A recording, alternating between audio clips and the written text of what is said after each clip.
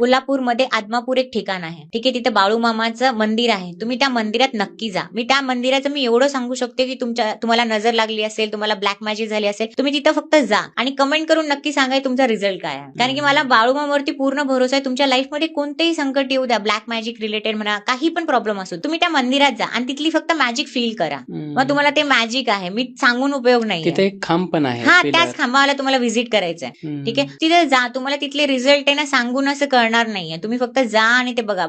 बाळूमामाची इच्छा असेल ना, आता तुम्ही ऍक्च्युअली तुम्हाला माहितीये सगळं काही ना निमित्त असतं. आज मी इथे येणार, तुम्ही हा पॉडकास्ट बघणार, तर ते निमित्त आहे. तुमच्या लाईफमध्ये चेंजेस होणार होते ना, म्हणूनच तुम्ही ही गोष्ट ऐकताय. आणि बाळूमामाची इच्छा नसेल ना, तुम्ही त्यांच्या मंदिरातही जाऊ शकणार नाही. असं म्हणतात ना, बाबाची इच्छा नसेल तर तुम्ही मंदिरातही जाऊ शकत नाही, वैष्णवी मातेची इच्छा नसेल तर आपण वैष्णव देवीला नाही जाऊ शकत. नाही, कारण ते दैवत आपल्याला बोलवतं आणि त्याची इच्छा असेल तरच आपण तिकडे जातो. हे प्रत्येकाशी रिलेट होऊ शकतो.